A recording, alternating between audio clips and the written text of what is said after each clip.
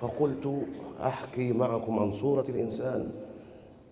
وسور القرآن يا إخوة، أولا جاء القرآن خبيرا بعلاج النفوس، عليما بأحوالها وتقلباتها. وما جاء الإسلام ليصادر الفطرة الإنسانية أو ليصطدم معها، وإنما جاء ليهذب الفطرة السليمة النقية. فالذي أنزل القرآن هو من خلق الإنسان. الرحمن علم القرآن، خلق الإنسان علمه البيان. ولذلك خلق الإنسان ونزول القرآن جاء من مشكاة واحدة. والقرآن انتظمت آياته منهجا، من سار فيها سعد، ومن انحرف عنها ضل وتعس. ووضع القرآن مقاييس محددة، مقاييس للإكرام ومقاييس للإهانة. إن أكرمكم عند الله أتقاكم. وجاءت سور القرآن كل سورة تتناول موضوعات عدة، إلا سورة واحدة تناولت موضوعا واحدا، ولذلك كان لها مزية على باقي السور، ألا وهي سورة الإخلاص. قل هو الله أحد الله الصمد لم يلد ولم يولد ولم يكن له كفوا أحد. لم تتناول السورة إلا توحيد الله تبارك وتعالى، ولذلك قال المصطفى عنها أنها تعدل ثلث القرآن، هكذا أخبرنا المصطفى صلى الله عليه وسلم. أما بقية السور تأتي تتناول موضوعات عدة. أحيانا هذه الموضوعات تلامس الفكر والعقل، أو تلامس شغاف القلب، أو تلامس الروح، أو أحيانا تكون في هم فتقرأ قول الله تعالى ومن يتق الله يجعل له مخرجا ويرزقه من حيث لا يحتسب، أو تكون في سعادة غامرة بين أولادك ومشغول بهموم الدنيا وتسمع قول الله تعالى حافظوا على الصلوات والصلاة الوسطى وقوموا لله قانتين. هكذا القرآن. والقرآن يا إخوة بحر لا ساحل له، لا يسبغ غبره، ولا يشبع منه العلماء، ولا يمله الأتقياء، ولا يخلق عن كثرة الرد. سمعته الجن فقالوا إنا سمعنا قرآنا عجبا يهدي إلى الرشد فآمنا به ولن نشرك بربنا أحدا. وجاءت سورة الإنسان وهي من سور المفصل، وسور المفصل تبدأ من سورة قاف إلى سورة الناس، وهذه من أواسط المفصل، ولها ثلاثة أسماء: سورة الإنسان، سورة الدهر، سورة هل أتى. هذه ثلاثة أسماء للسورة. هل أتى على الإنسان حين من الدهر. والسورة كما قال أهل العلم هي سورة مدنية، وإن كان بعض أهل العلم قالوا أنها مكية، إلا أن الراجح من أقوال العلماء أنها مدنية، إلا أنها تشبه السور المكية، ولذلك قالوا عنها مكية، لكنها مدنية نزلت في المدينة. والله تبارك وتعالى تناول في السورة 4 محاور: المحور الأول خلق الإنسان، المحور الثاني العذاب في النار للكافرين، المحور الثالث النعيم ووصف من هم في النعيم، المحور الرابع جزاء الصبر وجزاء الشكر. هل أتى على الإنسان حين من الدهر لم يكن شيئا مذكورا. هل استفهام، ولكنه استفهام ليس للسؤال، لأن الله تبارك وتعالى لا يخفى عنه شيء في الأرض ولا في السماء، عالم بما كان وما هو كائن وما سيكون. فالله تبارك وتعالى يستفهم للتقرير بمعنى قد. هل أتى على الإنسان حين من الدهر لم يكن شيئا مذكورا، أي بمعنى قد أتى على الإنسان فترة من الزمن كان فيه عدما ولم يكن شيئا مذكورا. من الذي تفضل عليه وسواه وخلقه بيده ونفخ فيه من روحه وأسجد له ملائكته؟ الله تبارك وتعالى. فالله يتفضل على الإنسان بخلقه، ويتفضل على الإنسان بتسويته وبنفخ الروح فيه. فأنت قبل أن تخلق لم تكن شيئا مذكورا، كنت عدما. وإن قلت لي أنك خلقت من الطين، إذن فأنا أسألك وأقول لك من الذي خلق الطين؟ إذن فأنت لم تكن شيئا مذكورا، لكن لما خلقك الله وسواك بيده ونفخ فيك من روحه وأسجد لك ملائكته وهيأ لك الكون قبل أن تستدعى فيه، الله تبارك وتعالى فعل معك كل هذه الأشياء، وحتى تعلم أنك من أغلى المخلوقات عند الله كل المخلوقات خلقت بكلمة كن إلا أنت، خلقك الله بيده وسواك وهندسك وصممك، ثم بعد ذلك نفخ فيك من روحه، ثم بعد ذلك جاء الإكرام فأسجد لك ملائكته. هكذا فعل الله. هل أتى على الإنسان حين من الدهر لم يكن شيئا مذكورا؟ إنا خلقنا الإنسان من نطفة أمشاج، أي إنا خلقنا الإنسان من التقاء ماء الرجل بماء المرأة. قال المصطفى صلى الله عليه وسلم: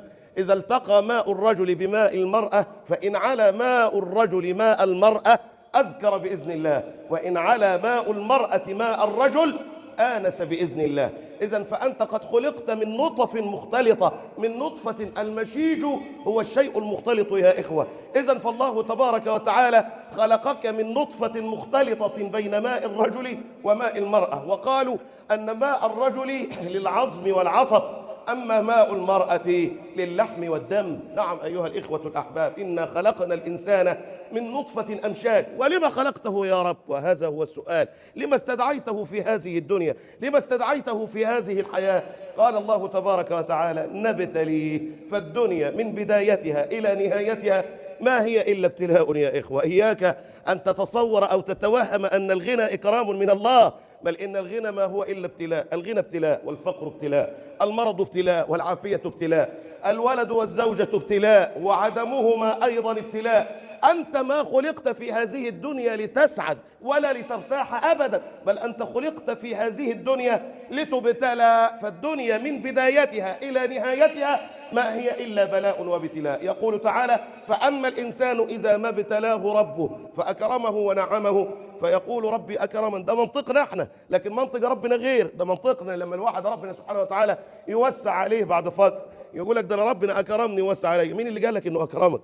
مين اللي فهمك إنه أكرمك؟ هو اختبرك ووسع عليك عشان يعرفك هتعمل إيه في البالة اللي عطوه لك ده. ما هو المال ده بالة، أحسن تفكر إن المال ده نعمة. فأما الإنسان إذا ما ابتلاه ربه فأكرمه ونعمه فيقول ربي أكرمن. ولقد ابتلي من هو أفضل منك. ابتلي سليمان، أعطاه الله الملك والحكم والنبوة، وقال الحمد لله الذي فضلنا على كثير من عباده المؤمنين. وورث سليمان داود وقال: يا أيها الناس علمنا منطق الطير وأوتينا من كل شيء إن هذا لهو الفضل المبين. ومع ذلك فهم سليمان الأمر أن كل هذا الذي هو فيه ما هو إلا ابتلاء من رب العالمين، لأنه في نهاية القصة قال: هذا من فضل ربي. لما يا سليمان؟ قال: ليبلوني أأشكر أم أكفر، ومن شكر فإنما يشكر لنفسه ومن كفر فإن ربي غني كريم. إذن إن وسع الله عليك بالمال فاعلم بأنك في اختبار وابتلاء، وإن ضيق الله عليك في المال فاعلم بأنك في ابتلاء واختبار. فأما الإنسان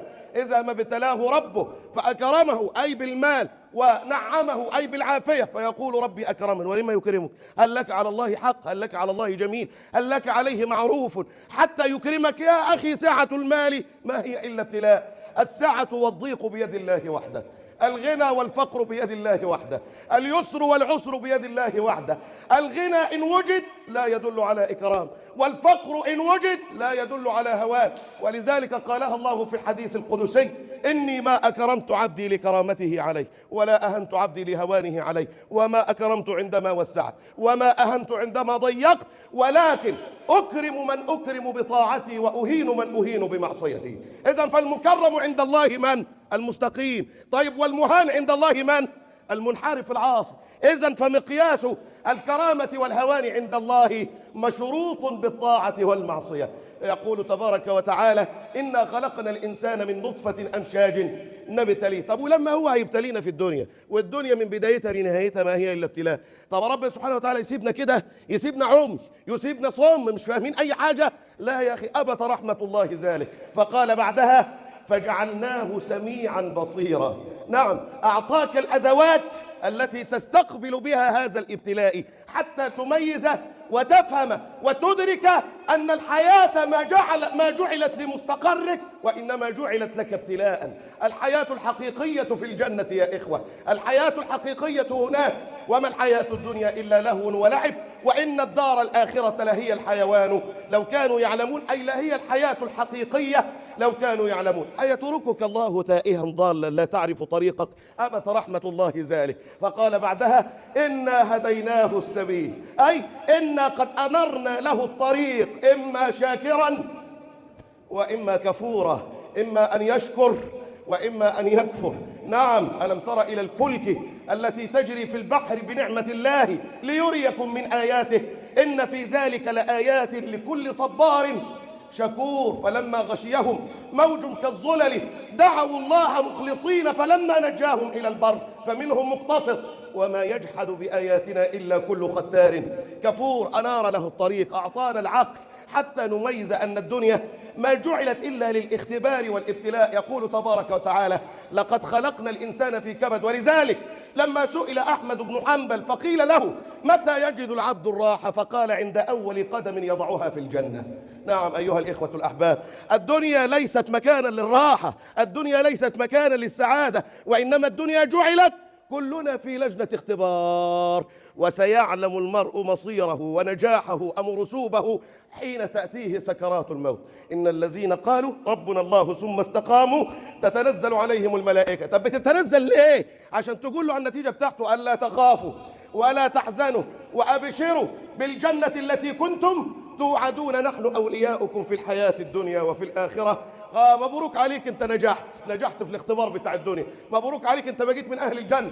يبشر بالجنة قبل أن يغادر من الدنيا. وأما الكفرة الله تبارك وتعالى يقول ولو ترى إذ يتوفى الذين كفروا الملائكة يضربون وجوههم وأدبارهم.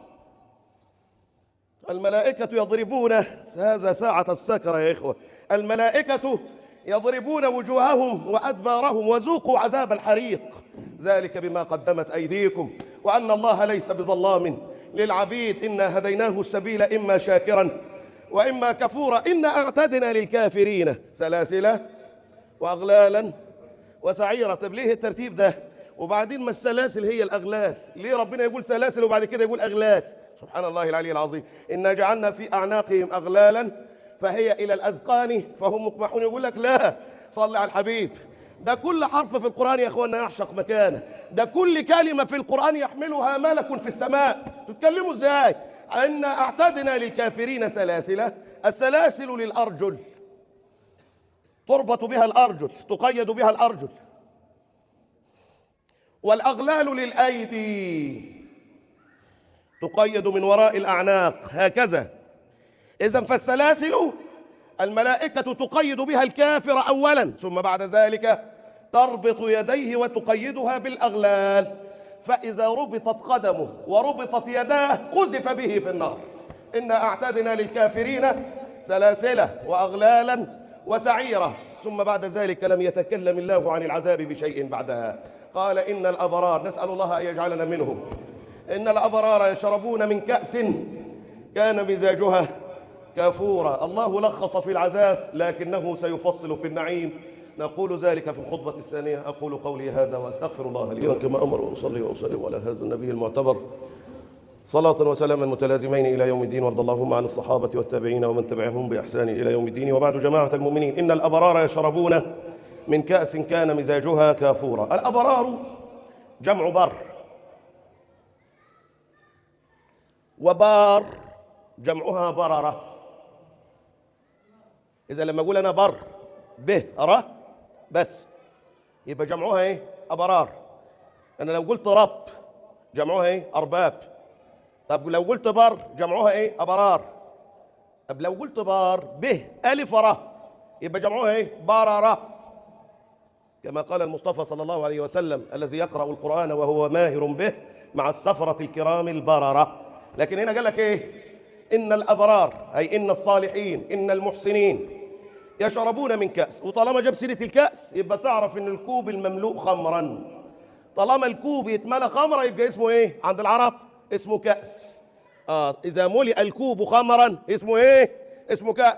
طب نفترض إن أنا ملأت الكوب عصيرا اسمه إيه؟ اسمه كوب. طب لو اتملى خمرة اسمه كأس. بقى اسمه يتغير بمجرد الموجود فيه؟ أيوه اسمه يتغير عشان اللي موجود جواه. يشربون من كأس. يبقى طالما بيتكلم ربنا عن الكأس يبقى بيتكلم عن ايه؟ عن الخمر. طبعا كلكم عارفين ان الخمر عند العرب قبل بعثة النبي صلى الله عليه وسلم كانت زي الميه كده اللي احنا بنشربها. شوف انت بتشرب الميه كام مره في اليوم؟ اي الخمره كانت عندهم كده، هو بدل ما يشرب ميه كان يشرب خمره، يعني ياكل يشرب خمره، فبين الوجبه والوجبه يشرب خمره. طب الوجبه الثانيه جاي يقول طب اشرب يعني بوجين كده قبل الاكل، طب وبعد الاكل يشرب خمره. كانت حياتهم كلها كده بالطريقه دي. فكانت الخمره عندهم زي ايه؟ زي الميه. وعلشان الخمر عندهم زي الميه كانوا فنانين. فنانين ازاي؟ كانوا يقولوا لك احنا عايزين نعتج الخمره. يعتجوها ليه؟ يقول لك الخمره المعتجه لما تشربها انت تشعشع بقى، تتوه بقى كده، ويقولوا ده انا امبارح شربت وتهت وما عرفتش طريق البيت واسمه وداني البيت، وتبقى فرحان قوي انت ومبسوط. ليه؟ اصل الخمره اتت بمفعولها، توهتك، شعشعتك. طب اللي بيعمل كده ايه يا جماعه؟ الكافور. لما يضيفوا الكافور على الخمره قوم الخمره تتعتك. وبعدين ربنا سبحانه وتعالى بيرد عليهم بيقول لهم مش انتوا بس اللي عندكم خمره فيها كافور، احنا برضو عندنا في الجنه خمره فيها كافور. ان الابرار يشربون من كأس كان مزاجها، بس الكافور بتاعكم والخمره بتاعتكم فيها عيوب، لكن الخمره بتاعتنا والكافور بتاعنا ما فيهوش عيوب. الخمره بتاعتكم تتوه العقل، لكن خمره الجنه لا، لان ما ينفعش نتوه عقل العبد عن النعيم اللي هو فيه. الخمره بتاعتكم اللي يشربها يستفرغ، لكن الخمره بتاعتنا لا. الخمره بتاعتكم اللي يشربها يصدع، لكن الخمره بتاعتنا لا. زي ما قال ربنا لا يصدعون عنها ولا ينزفون. مش ربنا قال الكلام ده؟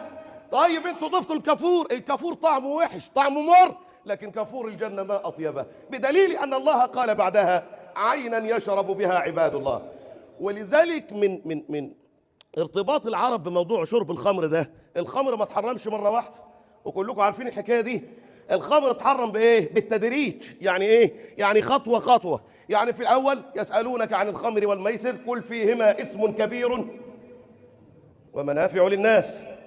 طب وبعدين نزل قول الله تعالى، ده الخطوه الثانيه في التحريم، يا ايها الذين امنوا لا تقربوا الصلاه وانتم سكارى حتى تعلموا ما تقولون. فواحد من الصحابه كان شارب خمره وراح يصلي، فصلى بالناس امام، فقال ايه؟ ما هو تايه بقى. وبعدين قال ايه؟ قل يا ايها الكافرون اعبد ما تعبدون. لا حول ولا قوه الا بالله. بدل ما يقول لا اعبد ما تعبدون، هو تايه مش عارف هو بيقول ايه. وبعدين قال ايه؟ اعبد ما تعبدون. وبعدين سيدنا عمر زعل من الحكايه دي، راح للنبي قال له يا رسول الله احسم لنا مساله الخمر. ودي من الموافقات العمريه يا اخوه. يعني ايه الموافقات؟ اللي هو القران ينزل فيها موافقا لراي عمر، وهم 4 مواقف لا مجال لذكرها الآن. وبعدين نزل قول الله تعالى اللي هي الخطوة الثالثة والنهائية اللي هتحرم الخمر نهائي، إنما الخمر والميسر والأنصاب والأزلام رجس من عمل الشيطان فاجتنبوه لعلكم تفلحون. إذا فالعرب كانوا مرتبطين بحكاية الخمر دي جو بحكاية شرب الخمر، ولذلك حرم عليهم بالتدريج. يعني إيه؟ خطوة خطوة. زي ما يكون واحد مدمن مخدرات نقول له وقف المخدرات مرة واحدة ما ينفعش، يموت. ما نقول له ايه؟ نقول له نسحبها بالتدريج من دمك، بالتدريج، خطوه خطوه. ان الابرار يشربون من كاس كان مزاجها كافورا. خلوا بالكم الكافور بتاعكم طعمه مر، لكن الكافور بتاعنا شوف ربنا لما يوصفه يقول لك ايه؟ عينا يشرب بها عباد الله. الله الله الله الله، عينا يشرب بها عباد الله. طب ده ربنا بيتكلم عن الابرار، ليه في الايه الثانيه قال عباد الله؟ ما كان المفروض يقول عينا يشرب بها الابرار؟ مش هو بيتكلم عن الابرار؟ يبقى اذا في الايه الثانيه يقول عينا يشرب بها مين؟ الابرار. لكن هو قال عباد الله، قال لك لا، هم كانوا ابرار في الدنيا، لما راحوا عنده الجنه ربنا سبحانه وتعالى اعطاهم وسام تكريم وتشريف فاصبحوا عبادا لله. نسبهم الله الى ذاته بالعبوديه، حسب نفسي عزا باني عبد يحتفي بي بلا مواعيده، ربه هو في قدسه الاعز ولكن انا القى متى واين احبه سبحانه وتعالى. ده ربنا لما شرف المصطفى في الإسراء والمعراج ما قالش سبحان الذي أسرى بنبيه، وما قال سبحان الذي أسرى بمين؟ بعبده. ولذلك يقال إن سيدنا المصطفى لما صعد إلى الملأ الأعلى فقال لربه يا رب شرفني، أنا عايز وسام شرف. فقال الله تبارك وتعالى له وبما أشرفك يا محمد؟ ما تصلوا على محمد. رمضان جاي علينا بعد 13-12 يوم ولسه نحسنين. قال له بما أشرفك؟ قال له أن تنسبني إلى نفسك بالعبودية، أي تجعلني عبدا لك. فقال الله في قرآنه سبحان الذي أسرى بعبده، أعطاه التشريف وأعطاه إيه؟ وأعطاه التكريم يا إخوان، عينا يشرب بها. يشرب بها، ده المفروض يشرب منها ولا إيه؟ مش أنا بقول مثلا فلان شرب من الكوب، فلان شرب من العين، وربنا هنا بيقول لك عينا يشرب بها، ما قالكش يشرب منها. يشرب بها ازاي؟ قال لك لا، انت فاهم غلط. يشرب هنا مش بمعنى يشرب، ده يشرب هنا بمعنى يرتوي بها. ما في واحد يشرب ويفضل عطشان، لكن في واحد يشرب ويقول لك الله على كوبايه الميه دي، ده انا ارتويت بيها. يعني معنى الكلام هو ما شربش بس، ده شرب وتمتع. عينا يشرب بها اي يروى بها عباد الله، يفجرونها. يفجرونها تفجيرا يعني ايه؟ يعني يقول لك ان الميه تمشي معاهم المكان اللي هم رايحين. داخلين يقعدوا على السرير، يلاقي العين جت تحتيه، يضربها برجله كده تفجر من تحتيه. سبحان الله العظيم. يروح اي مكان يلاقي العين بتجري معاه. تجري معاه؟ هو في عين ميه تجري ورا حد؟ ايوه يا حبيب، ده حتى الشجر ده يجري وراك. مش ربنا قال ودانية عليهم ظلالها وذللت قطوفها تذليلا؟ ودانية عليهم ظلالها وذللت قطوفها. قال لك ده الواحد يبقى قاعد على السرير يشاور للشجره يقول لها تعالي، وبعدين الشجره تجي له. سبحان الملك وسبحان القادر يا اخوان. سبحان الملك، والله اللي يخسر الجنه يبقى خسر كل شيء. سبحان الملك. يشاور لها يقول لها تعالي حطي ضعي ثمرتك في فمي، وبعدين تجي له وتميل بغصنها على بوجه عشان تحط الثمره بوجه، يعني حتى ايده مش عايز يحركها. سبحان القادر يا اخوان. سبحان الملك. عينا يشرب بها عباد الله يفجرونها تفجير. طب هم نالوا الكلام ده ازاي؟ نالوه يعني بصفاتهم كانوا ايه؟ عملوا ايه في الدنيا؟ اهو ربنا بيقول لك يوفون بالنذر. ده اول صفه من صفات مين؟ الابرار، اللي هم مين؟ اللي هم المحسنين. يوفون بالنذر. الناس فاهمه ان يوفون بالنذر دي يعني انت عليك نذر ووفيت بيه. غلط يا جماعه، غلط. مش هو ده المقصود. يوفون بالنذر اي وفوا بكل ما عاهدوا الله عليه من اوامر وتكليف. كل اللي عهدوا ربنا عليه نفذوه في الدنيا. من المؤمنين رجال صدقوا ما عاهدوا الله. ما انت بتقول انا مسلم، طب ما المؤذن بيقول لك حي على الصلاه، ما جيتش ليه؟ طيب ما انت كده عاهدت ربنا واخلفت العهد. لكن دول الابرار بقى، دول وفوا بعهودهم. كل اللي فرضوا ربنا عملوه من طاعات واجتناب معاصي ووقوف عند الحدود، ويخافون يوما كان شره، أي يوم القيامة كان شره متطايرا. يقول لك ده أنا شفت فلان وهو غضبان كانت عينيه بتقدح شرار. مش أنت قلتها قبل كده؟ لما تشوف واحد غضبان كده وعينيه تحمر وبعدين تقول إيه؟ تقول ده عينيه بتقدح شرار، يعني تقدح نار. أهو ربنا بيقول على يوم القيامة كده كان شره مستطيرا أي منتشرا. طبعا ما يبقى الشر مستطير ليه؟ ده ربنا بيقول وانشقت السماء فهي يومئذ وهي والملك على أرجائها ويحمل عرش ربك فوقهم يومئذ. يا أيها الناس اتقوا ربكم إن زلزلة الساعة شيء عظيم يوم ترونها تذهل كل مرضعة عما أرضعت وتضع كل ذات حمل حملها وترى الناس سكارى وما هم بسكارى ولكن عذاب الله شديد. المصطفى قال لو أنت عايز تشوف يوم القيامة اقرأ سورة التكوير والانفطار والقارعة. إذا الشمس كورت وإذا النجوم وإذا الجبال سيرت وإذا العشار عطلت وإذا الوحوش حشرت وإذا البحار سجرت وإذا النفوس زوجت وإذا الموءودة سئلت بأي ذنب قتلت وإذا الصحف نشرت وإذا السماء كشطت وإذا الجحيم سعرت وإذا الجنة أزلفت علمت نفس ما أحضرت إذا السماء انفطرت وإذا الكواكب انتثرت وإذا البحار فجرت وإذا القبور بعثرت علمت نفس ما قدمت وما أخرت. القارعة. ما القارعة وما أدراك يوم يكون الناس كالفراش المبثوث. أبقى يقف عند الكلمة دي، مفيش وقت عشان أشرح. وتكون الجبال كالعهن المنفوش. يا رب سلم يا رب سلم. يعني كالقطن الذي نفشه صانعه. يا الله يا رب سلم سلم. ولذلك قال الشاعر مثل لنفسك أيها المغرور يوم القيامة والسماء تمور إذ كورت شمس النهار وأدنيت حتى على رأس العباد تسير وإذا النجوم تساقطت وتناصرت وتبدلت بعد الضياء كدور وإذا الجليل طوى السما بيمينه طي السجل كتابه المنشور وإذا الصحائف نشرت وتطايرت وتهتكت للعالمين ستور وإذا الجبال تقلعت بأصولها فرأيتها مثل السحاب تسير وإذا العشار تعطلت وتخربت غلت الديار فما بها معموره، وإذا الجنين بأمه متعلق يخشى القصاص وقلبه مذعور، هذا بلا ذنب يخاف جناية كيف المصر على الذنوب ظهوره، وإذا الجنان تزخرفت وتسحرت فرأيتها مثل اللهيب تفور، وإذا الجنان تزخرفت وتطيبت لفتى على طول البلاء صبور. قل لا إله إلا الله ويخافون يوما كان شره مستطيرا، ويطعمون الطعام على حبه مسكينا ويتيما وأسيرا. ويطعمون الطعام، قال لك ويطعمون الطعام معناها هنا ايه؟ ويعطون الصدقة. طب وجاب ست الطعام ليه؟ قال لك لأن الطعام هو أشرف الصدقات. ليه؟ قال لك لأنه بالطعام قوام الحياة. هو في واحد يقدر يعيش من غير أكل؟ يبقى إذا أفضل الصدقات على الإطلاق إيه؟ الطعام، فعبر بأشرف الصدقات عن الصدقات. ويطعمون الطعام على حبه. حب مين؟ حب إيه؟ على حبه. هاء الضمير تعود على إيه؟ حبه. حب مين؟ على حب الطعام. يعني إيه؟ يعني أنا محتاج للأكل ومع ذلك أعطيته لغيري وأنا ما أكلتش. زي ما قال ربنا للفقراء الذين أحصروا في سبيل الله لا يستطيعون ضربا في الأرض يحسبهم الجاهل أغنياء من التعفف تعرفهم بسيماهم لا يسألون الناس الحافة. ويطعمون الطعام على حب طعام أو على حب الإطعام أو طلبا لحب الله. ويطعمون الطعام على حبه مسكينا. من هو المسكين يا إخوة؟ من هو المسكين؟ والعلماء احتاروا في الحكاية دي كتير لحد ما الشيخ الشعراوي ربنا ألهمه فقال لهم على المفيد من القرآن برضه كانوا بيقولوا يا ترى مين الأشد حاجة، الفقير ولا المسكين؟